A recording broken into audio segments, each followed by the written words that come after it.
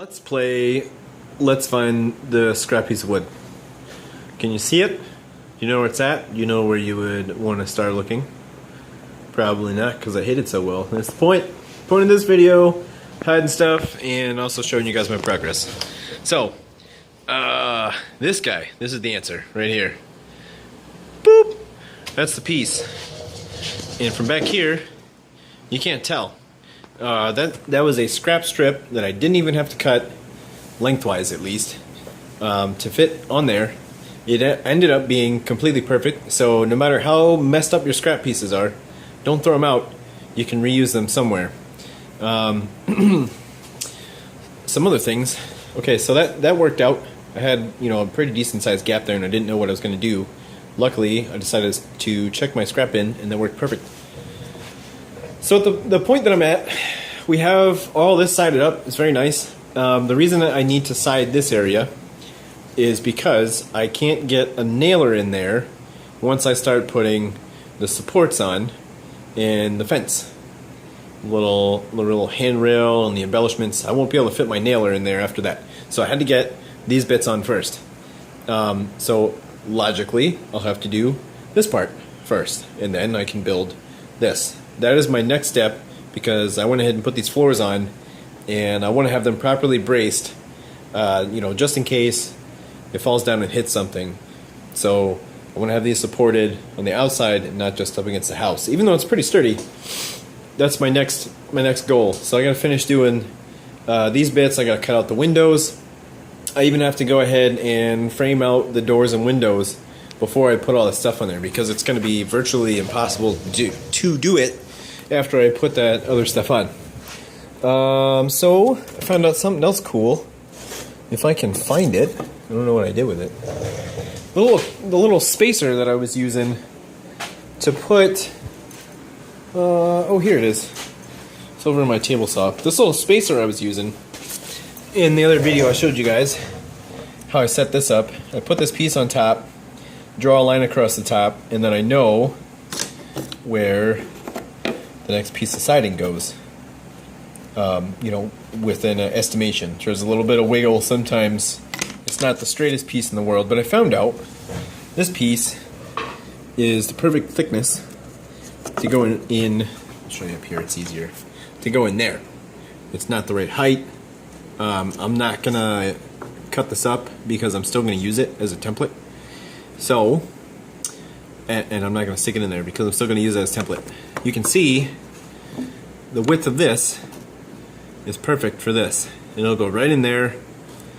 So I'm going to use this as a template to cut strips out of my scraps that'll fit in here. I do have to do this first, which is kind of a pain. I don't want to do this first, but I'm going to have to. So what I'm going to do is I'm going to make strips like this and go along the inside. So I'm going to line it up flush with the inside wall, and then it should come right to the corners right here. And then I'm going to take another piece, probably not this wide, but I'm going to go and match it up on the outside. So it's going to look, oh, let's get it set up there so it doesn't fall. It's going to look something like that when it's finished. And then there's going to be doors on the inside that swing, I'm thinking to the inside because there's more room on the inside. But then again, if there's all kinds of doll furniture in there, I might want to have it swing to the outside. I might just make fake doors and put them on the side, like as if they were to be able to close, and then maybe like hang some curtains in there. I don't know. It's Monster High. They're pretty modern, haunted, not so scary dolls. So I might make it look like there's doors that you can close, but not have them close ever or move. They might just be like shutters, which would be kind of cool. Another little nice detail on the outside. But yeah, to deal with that, not having swinging doors and stuff, it's going to be pretty difficult for a dollhouse. I still have to look up how that's done. Yeah, so these are all cut out. They look nice, very flush. I did a good job, if I say so myself. This under here is ugly, and you're not going to see that as much. It's going to be painted for one, and there's going to be, Victorian embellishments along the outside here. It's going to look like lace. Kinda, but cobwebs, because monsters and stuff. So these I have to do. I have to do that whole side, and then cut out these windows. I have to lay in the strips over there. Where's that piece go? What did I do with it? Where did you guys put it? You're hiding stuff on me. That's not cool. Oh, here it is. Where I left it. So I'm gonna have pieces that go. I'll show you guys down here. This will look better. This piece is gonna go, or one similar to it, in there. I'm gonna nail it down that way into that part. There's gonna be another piece right there to kind of make that corner look professional instead of this. Which this doesn't look too bad, but just to clean it up and make it look nice, I'm gonna put a strip in there, and it's kind of gonna have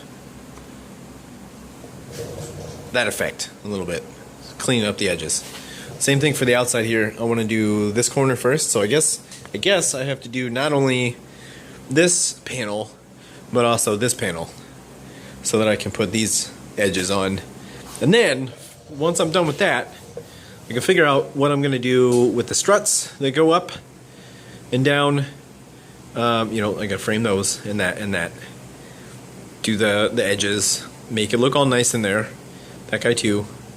Once I'm all done with that, I can do the supports.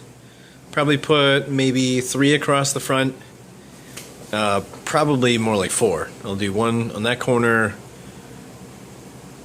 and I'll put 4 in there. I don't know how I'm going to do it, but I'm going to put 4. Probably.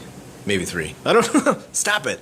Okay, so those are going to go in there. I'm going to cut little notches in here with my this tool, the oscillating tool. I'm going to cut little notches in there. Probably have to use a chisel to get them out. I don't know. I'll figure it out. And then the supports are going to slide into those notches, and I'm going to nail them in place up there and down there. And then I'll have my supports, and I won't be worried about falling. And then I'm going to take my measurements off of those supports, and I'm going to make railings, prefab, because I'm going to glue those together. I don't think I'm going to nail them, and then I'll just put them in place on the supports and tack nail them with a little bit of spot glue to keep them on there.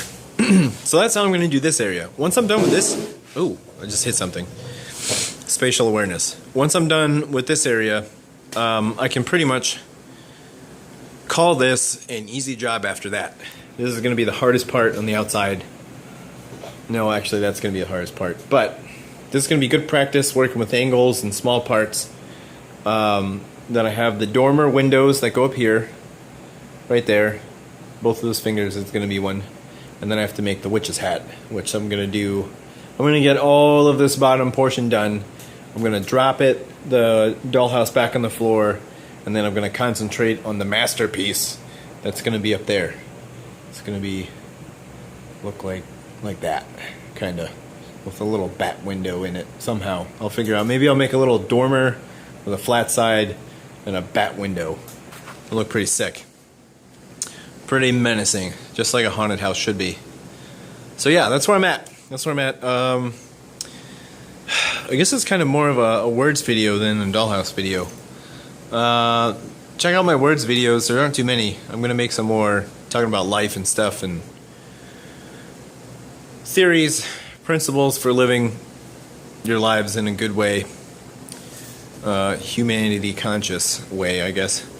So I hope this was informative. This is where I'm at right now. Kind of an update on what I'm doing. You know, just to give you guys a video as I'm going. So I hope you found this informative. I hope you have an outstanding day. Don't forget to like, share, and subscribe, and build a dollhouse. I love you guys, and I'm out.